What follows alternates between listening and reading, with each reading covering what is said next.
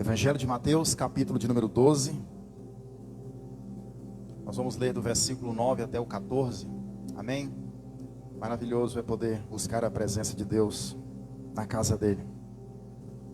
Senti-lo, adorá-lo, engrandecê-lo, declarar quem realmente ele é. É maravilhoso, não é, irmãos? Diz a palavra do Senhor. Quem encontrou, diga amém. Mateus capítulo 12, do versículo 9 ao 14. Diz assim: Saindo daquele lugar, dirigiu-se à sinagoga deles. E estava ali um homem com uma das mãos atrofiada. Procurando um motivo para acusar Jesus, eles lhe perguntaram: é permitido curar no sábado?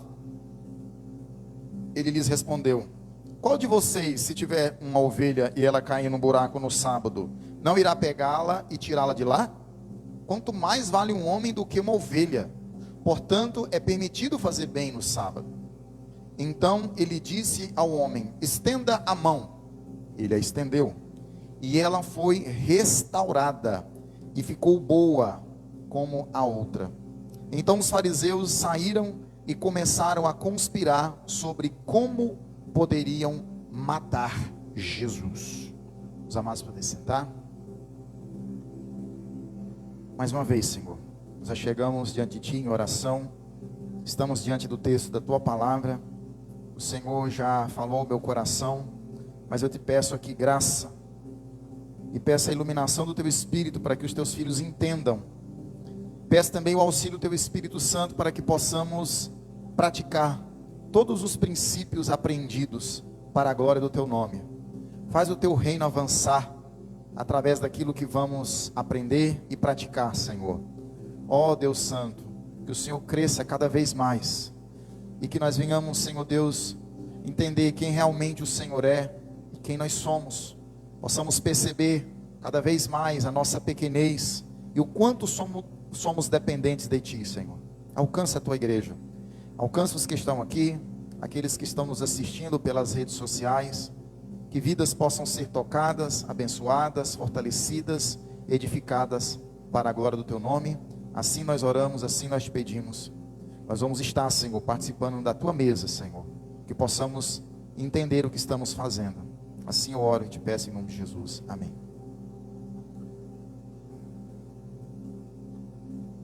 Irmãos, nós estamos hoje dando continuidade à nossa série de mensagens fundamentadas no Evangelho de Mateus.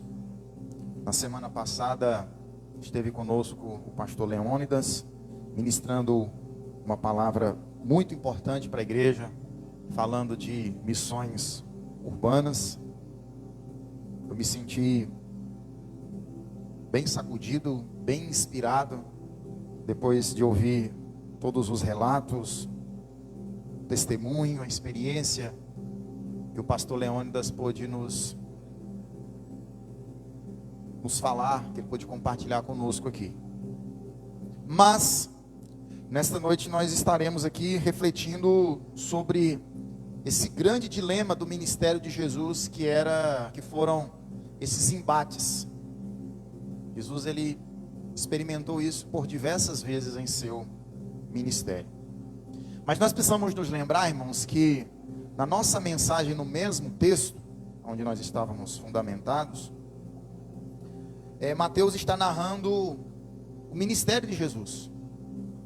E ele se utiliza da dinâmica dos temas. Os irmãos sabem que no Evangelho de Mateus, Jesus é o rei. E esse rei está sendo agora rejeitado, está sendo afrontado, confrontado.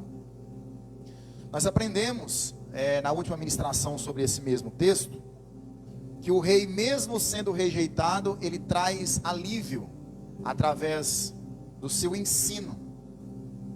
Jesus diz: aprendei de mim, que sou manso e humilde de coração, e encontrarei descanso para as vossas almas. Quando Jesus afirmou isso, ele também afirmou que ele é maior do que o templo, que ele é Senhor do sábado. Jesus, na nossa ministração passada, que também falou sobre o sábado, ele afirmou de maneira categórica que a misericórdia, ela é superior a qualquer tipo de sacrifício, principalmente os sacrifícios que são feitos, e nesses sacrifícios os inocentes são condenados. Os irmãos vão se lembrar que nós falamos, fundamentados no texto passado, nós nos utilizamos de duas perguntas e duas afirmações. Os irmãos se lembram que nós tratamos da questão se Jesus, ele permitiria realmente que os seus discípulos fizessem algo proibido pela lei. Não sei se os irmãos se lembram disso. Nós falamos, pontuamos a respeito disso.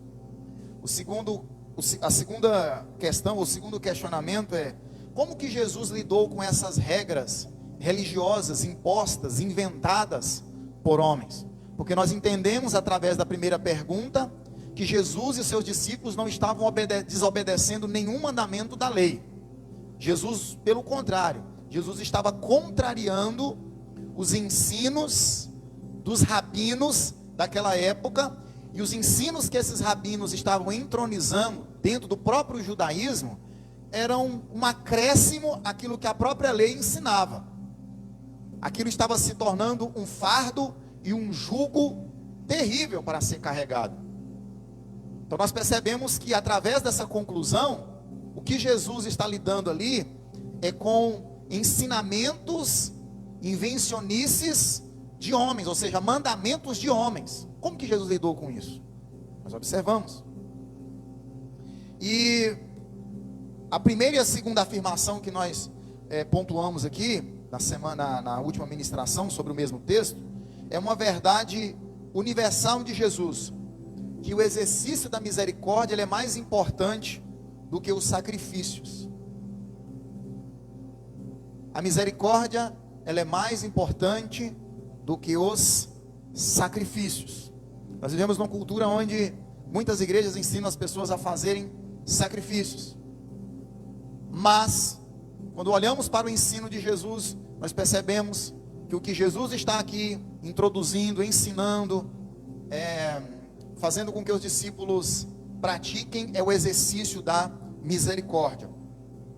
Uma outra afirmação que nós podemos fazer é que o ensino de Jesus nos mostra que o seu senhorio, o senhorio dele, traz liberdade e não escravidão.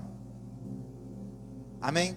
Por mais que nós sejamos considerados servos de Deus, esse serviço que nós estamos prestando para o Senhor Jesus, é um serviço que nós prestamos com paz no coração, com o auxílio do Espírito Santo, com a graça de Deus. Não é algo que vai apenas necessariamente trazer um peso insuperável sobre os nossos ombros, mas ele vai trazer sobre nós esse alívio. Jesus, ele traz sobre as nossas vidas o seu fardo e o seu jugo, e esse fardo e esse jugo traz para nós alívio, descanso para as nossas almas. Mas hoje nós vamos dar continuidade. O assunto é praticamente o mesmo, no entanto em um contexto diferente, porque naquela primeira cena que nós analisamos aqui no capítulo 12, do versículo 1 até o 8, Jesus e os seus discípulos estão no meio do mato, na lavoura. Eles estão na lavoura e eles estão sendo questionados a respeito do que os discípulos, Jesus está sendo questionado a respeito do que os discípulos estavam fazendo. E o que os discípulos estavam fazendo? Eles estavam comendo do que estava na lavoura. Eles estavam abrindo caminho para Jesus passar, e para eles também passarem, logicamente, e eles estavam comendo. É como se eu estivesse passando ali no meio do laranjal, eu tivesse umas laranjas, né, tivesse ali umas pocãs, e eu estou levando ali, estou chupando a laranja, e assim por diante. Ou poderia ser não a laranja, porque a laranja normalmente a gente carrega, né? Enche ali uma sacola, ou então coloca na roupa, mas talvez um jabuticaba, ou assim por diante. É claro que a lavoura aqui não era de jabuticaba, e nem dessas frutas que eu mencionei. No entanto, é como se fosse esse cenário. Eles estavam passando, abrindo caminho, e se alimentando do que estava ali.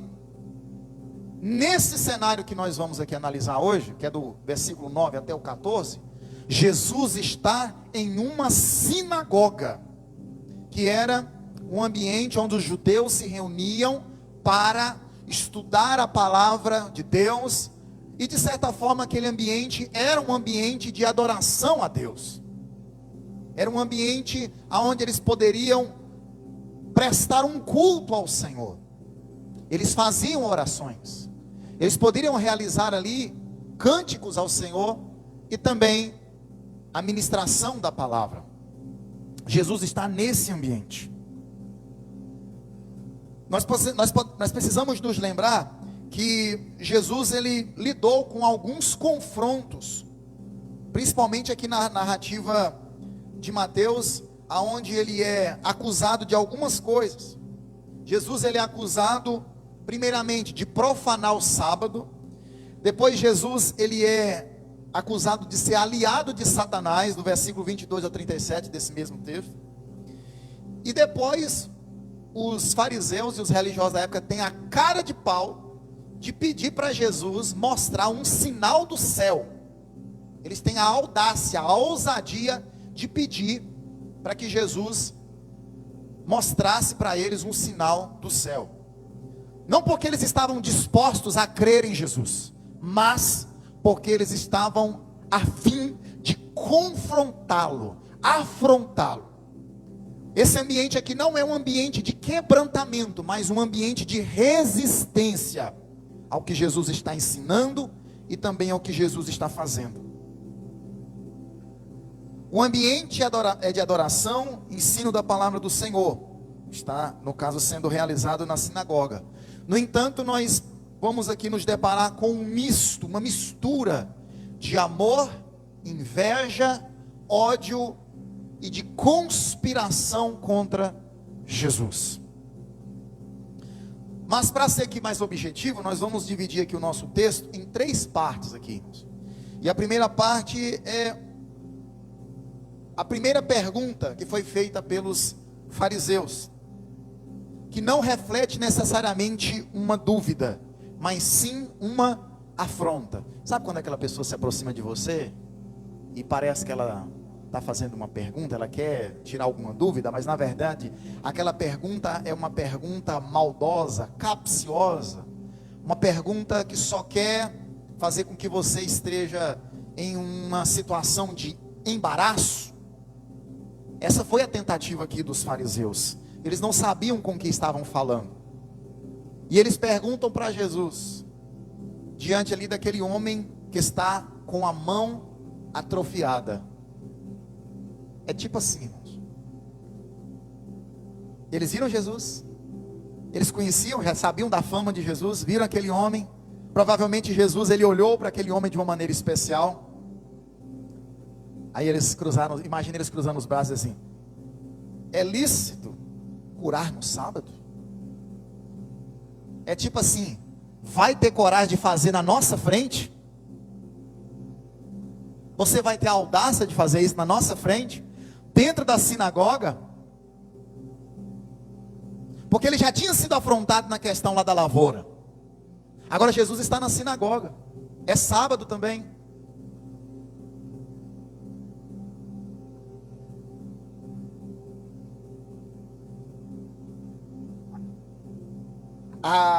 O segundo ponto é que Jesus não responde a pergunta a princípio de maneira objetiva. Eu acho que eu já cheguei a mencionar para os irmãos aqui, principalmente nos nossos trabalhos na quarta-feira, que Jesus tinha o hábito de não responder perguntas de maneira objetiva. Sempre quando alguém perguntava algo para Jesus, principalmente quando queria confrontá-lo, ele respondia com a outra pergunta. Ou então Jesus ele fazia um arrodeio. Ele não falava de maneira objetiva. Mas Jesus, ele sempre tinha como dinâmica no seu ensino e no seu ministério de responder perguntas com outras perguntas. Embora lá na frente Jesus ele vai ser um pouco mais objetivo. O terceiro ponto é que a resposta de Jesus fez lá no passado, no contexto onde ele estava, e nos faz pensar O que é mais importante para Deus? Fazer o bem às pessoas ou se firmar em uma ideia de um ritual que agrada tradições de homens? Isso nos faz pensar. Mas o que Mateus queria comunicar, irmãos, quando ele escreveu esse momento do ministério de Jesus? Nós podemos aqui afirmar que o que ele queria afirmar era o verdadeiro significado e propósito do sábado. Precisamos nos lembrar que Mateus está se dirigindo a um público judeu que tinha se convertido ao cristianismo. É tanto que Mateus ele repete, ele menciona diversas vezes o Antigo Testamento. Os fariseus, eles infelizmente eliminaram a alegria do descanso do sábado por meio dos seus mandamentos, os seus regulamentos minuciosamente detalhados. E Jesus aqui, através desse ensino, ele quer devolver a verdadeira essência do sábado, fazendo o bem. O sábado é um momento de cura e salvação, e não de ódio e conspiração. Mas vamos para o nosso primeiro ponto aqui, irmãos. A pergunta dos fariseus não reflete uma dúvida, mas sim uma afronta. Eu já disse aqui no início aqui, eles olharam para Jesus da seguinte perspectiva, né? Você vai ter coragem de fazer mesmo, na nossa frente, dentro da sinagoga? Versículo 10. Saindo daquele lugar, retirou-se à sinagoga deles, dirigiu-se, melhor dizendo, à sinagoga deles, e estava ali um homem com uma das mãos atrofiada, e procurando motivo para acusar Jesus, eles lhes perguntaram: é permitido curar no sábado? Era comum no ministério de Jesus as perguntas que afrontam. Jesus foi perguntado, lá no capítulo 19, versículo 3, do mesmo evangelho de Mateus: pode se divorciar por qualquer motivo? Será que eles queriam descobrir a verdade, ou eles queriam só saber o que Jesus queria ensinar, iria ensinar? De que lado Jesus estava? Em que lado das escolas rabínicas da época Jesus estava? Jesus foi perguntado: por que o mestre de vocês, os discípulos, né, foram questionados, por que o mestre de vocês come com publicanos e pecadores? Será que eles queriam saber o porquê que Jesus comia? Ou será que essa pergunta era uma pergunta crítica?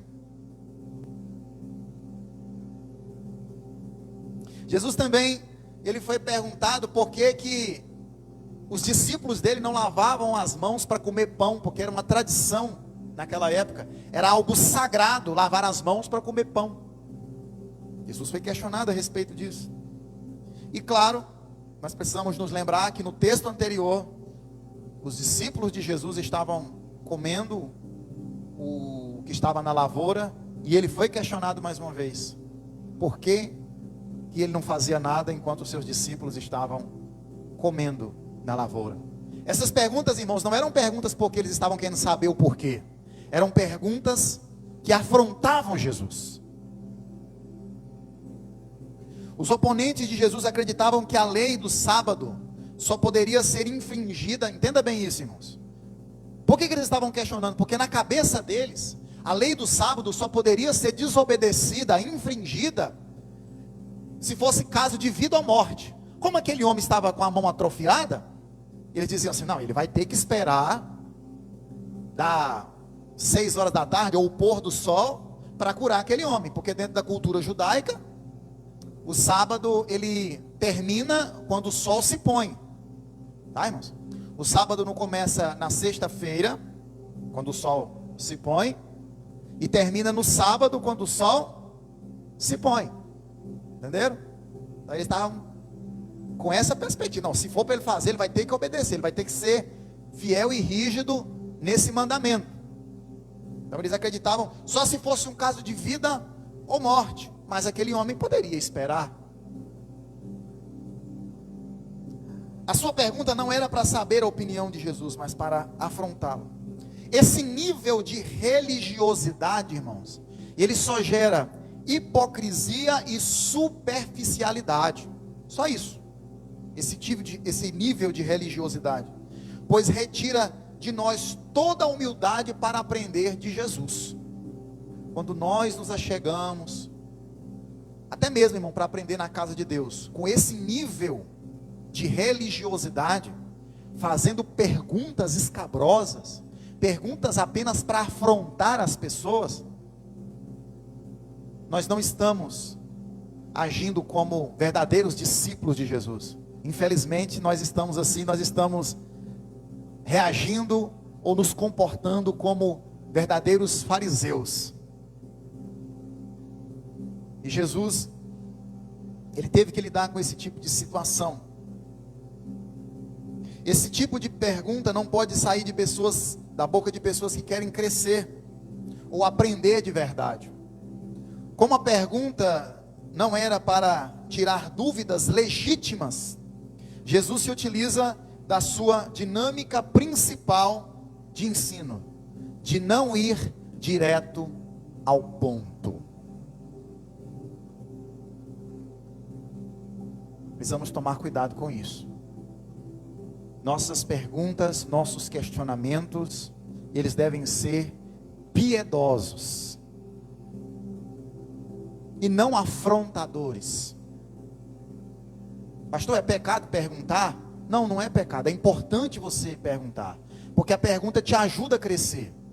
Porém, quando a pergunta for feita com uma intenção que não é piedosa, que não é de alguém que está com o coração humilde, querendo de verdade aprender, isso é um perigo, irmãos. Isso é pecaminoso. Jesus lidou com isso com muita autoridade. Eu já experimentei esse tipo de situação. Perguntas maldosas. Mas eu tenho aqui um modelo a ser seguido, o modelo de Jesus. Seja sábio, seja coerente, seja equilibrado. Se utilize da palavra de Deus. Faça as pessoas pensarem.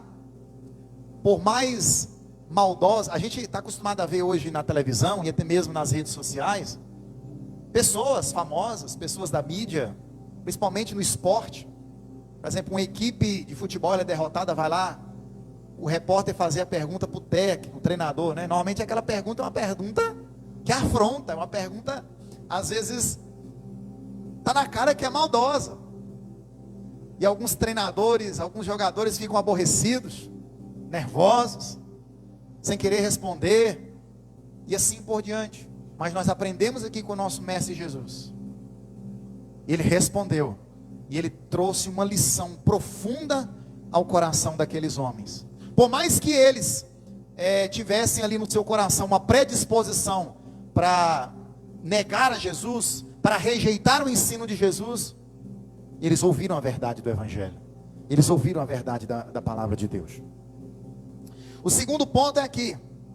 A pergunta que responde uma pergunta, uma dinâmica comum no ministério de Jesus.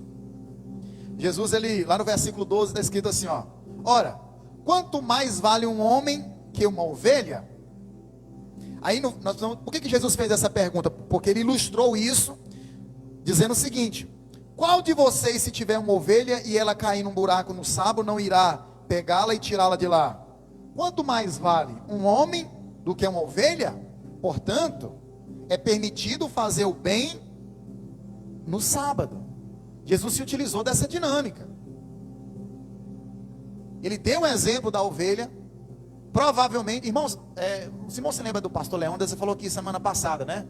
O ambiente onde Jesus pregava, o ambiente que Jesus frequentava, era um ambiente de zona rural. É bem comum. Por isso que a gente vê muita lavoura, animais, a ovelha, né, sendo mencionada, a plantação, a semente, o campo, os animais do campo, e assim por diante. Na cultura daquele povo, uma ovelha cair acidentalmente em um buraco era algo corriqueiro para eles. E Jesus pergunta assim: olha, diante daquilo que é corriqueiro para vocês, no sábado, qual de vocês, se tiver uma ovelha lá caída dentro do buraco, qual de vocês não vai lá tirar essa ovelha? mais vale um homem do que um animal. É claro que hoje, para a igreja do século 21, muita gente está preferindo bicho do que gente, né? Infelizmente, pessoas afirmam categoricamente: prefiro gente, ou prefiro bicho do que gente. Isso é uma inversão de valores absurda. Como assim? Nós vivemos uma época, irmãos, em que as pessoas preferem bicho do que gente. Nós vivemos uma época em que as pessoas preferem coisas do que pessoas. Nós vivemos numa época que as pessoas adoram criaturas em vez de adorar o Criador. Nós vivemos numa época em que, em vez de nós dominarmos o dinheiro é que nos domina. Esse mundo caído é um mundo de inversões. É um mundo de cabeça para baixo. Um mundo caído. Mas Jesus, Ele quer realinhar tudo isso, irmãos. E Ele quer fazer com que a gente entenda que existem coisas mais importantes. Ele está ensinando isso para os fariseus aqui. Por mais que eles não queiram aprender, Jesus está se utilizando de uma pergunta para ensinar isso para eles. Jesus, ele faz o contraste entre o valor de um animal e de um ser humano, e afirma que o princípio mais elevado não é simplesmente abster-se de atividades no sábado, e sim nos sábados fazer o bem. Jesus se utilizou dessa dinâmica para que os fariseus não pensassem que o mundo estava girando apenas ao redor das suas tradições religiosas.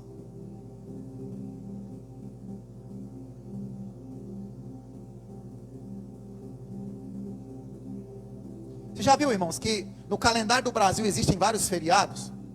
E dentro desses feriados existem feriados religiosos?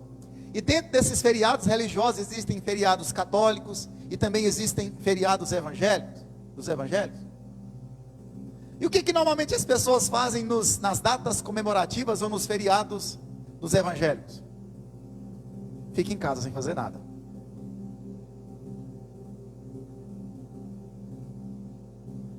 Se nós temos o feriado do dia da Bíblia, o que nós precisamos fazer?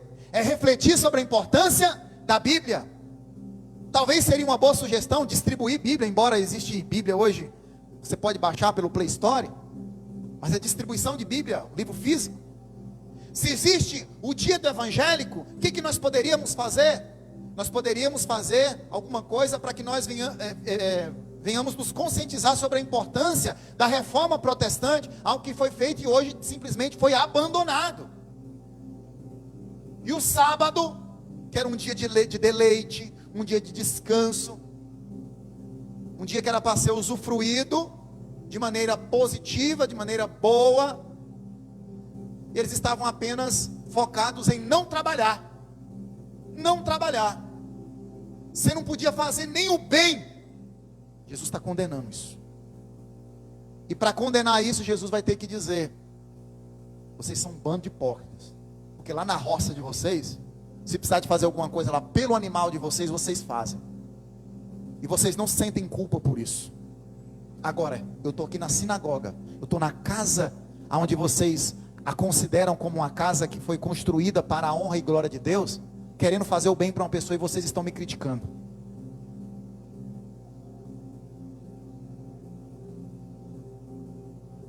O terceiro ponto aqui, irmãos, a resposta de Jesus, a resposta que Jesus deu lá no passado para esses fariseus, nos faz pensar: o que é mais importante para Deus? Fazer o bem às pessoas? Ou se firmar em uma ideia de um ritual que agrada as tradições dos homens? O que é mais importante? Fazer o bem às pessoas? Ou apenas cumprir um ritual certinho, segundo as minhas tradições, segundo as minhas convicções? O que é mais importante no reino de Deus, irmãos? As pessoas ou a liturgia de um culto? O que é mais importante, irmãos? Essa estrutura aqui onde nós nos reunimos para cultuar a Deus, ou as pessoas que se reúnem aqui? O que é mais importante? Jesus vai voltar, irmãos, aqui tudo vai ficar, viu? Vai ficar tudo aí, ó. Às vezes as pessoas ficam se matando para construir templo bonito e chique demais. Não estou dizendo que é errado, que é pecado fazer, irmãos. Mas vai ficar tudo aí. Isso aqui é temporário. É temporário, irmãos.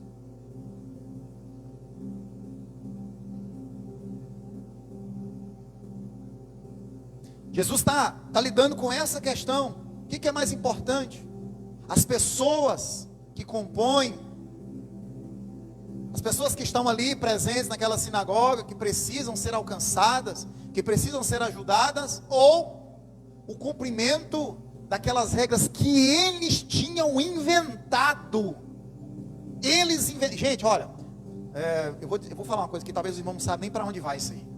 Mas, se você tiver a oportunidade de estudar um pouquinho sobre cultura judaica, a Mishnah, que é o que eles chamam de tradição oral dos judeus, existem compêndios que compõem o que eles chamam de Mishnah, que é uma chamada tradição oral, que é um conjunto de livros que interpretam o Antigo Testamento.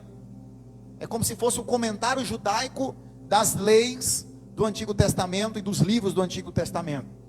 E dentro desse compêndio existem 39 regras a mais para se cumprir o sábado. 39 regras a mais. Se você for olhar já no Antigo Testamento para as regras e para as leis que foram estabelecidas para o cumprimento do sábado, já eram muitas. Eles acrescentaram mais 39 regras.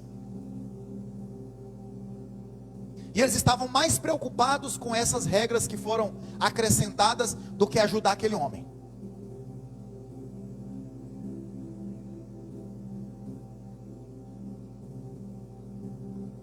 Não é porque eles queriam ser fiéis à palavra de Deus, não, irmãos. Eles estavam preferindo ser fiéis às suas tradições do que à própria palavra. Eles estavam mais preocupados com a aparência. Eles estavam mais preocupados com as suas tradições do que realmente com as pessoas. E, é claro, logicamente, fazer a vontade de Deus.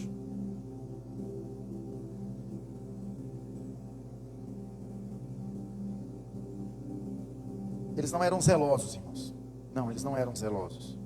Eles eram hipócritas mesmo. Deus não é Deus das tradições. Pastor, mas a Bíblia não diz que nós estamos fundamentados na tradição dos apóstolos. Tradição ali, irmãos, o termo tradição é no sentido do ensino dos apóstolos. Tudo aquilo que nós temos no Novo Testamento pode ser considerado a tradição dos apóstolos. É nesse sentido, não é invencionice. É o que nós chamamos de palavra de Deus.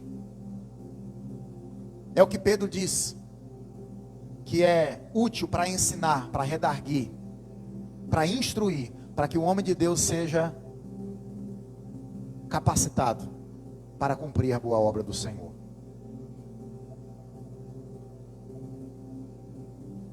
O melhor tempo para socorrer alguém, irmãos, é quando alguém está em necessidade.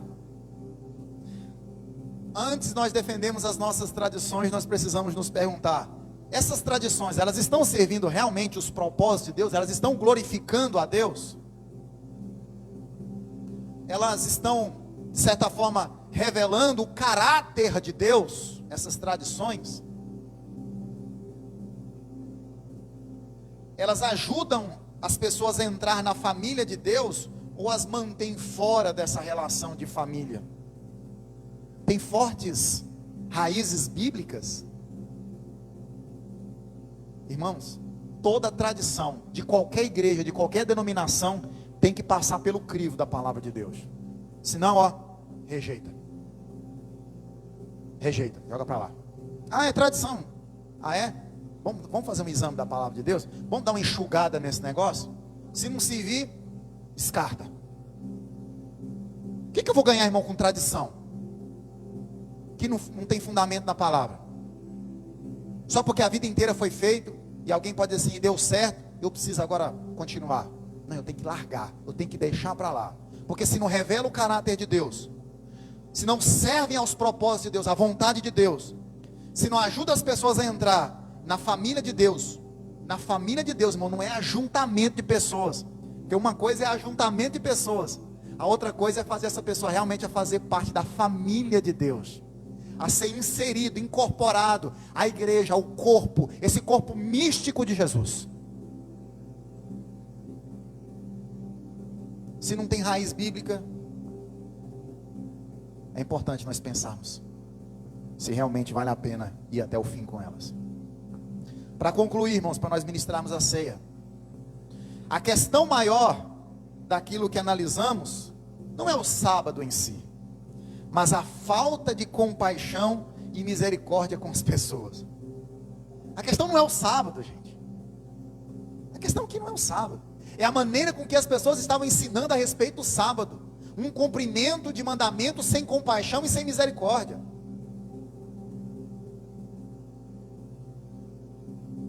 É igual a questão do sacrifício. O que Jesus condenou?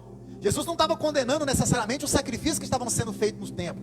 O que Jesus condenou quando ele pegou lá o chicote e começou a derrubar a mesa dos cambistas? Foi a exploração daqueles que estavam ali vendendo passarinho e animais para serem sacrificados na porta do templo.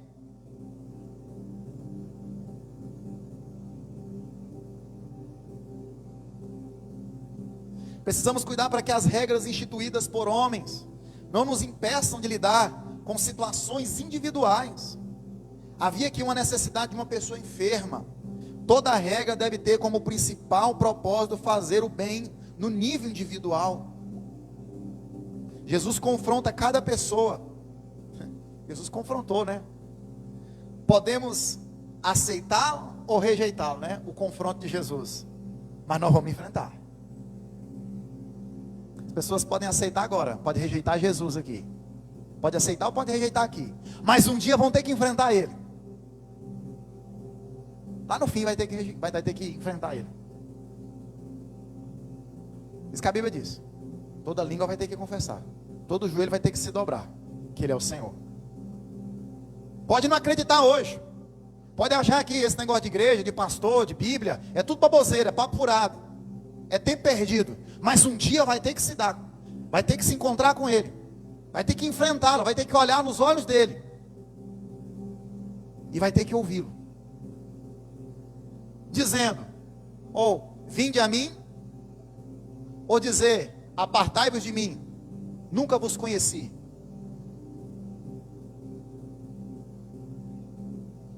Três perguntinhas rápidas. As suas perguntas ultimamente são de um coração que quer aprender, ou de um coração que se serve apenas de confrontar?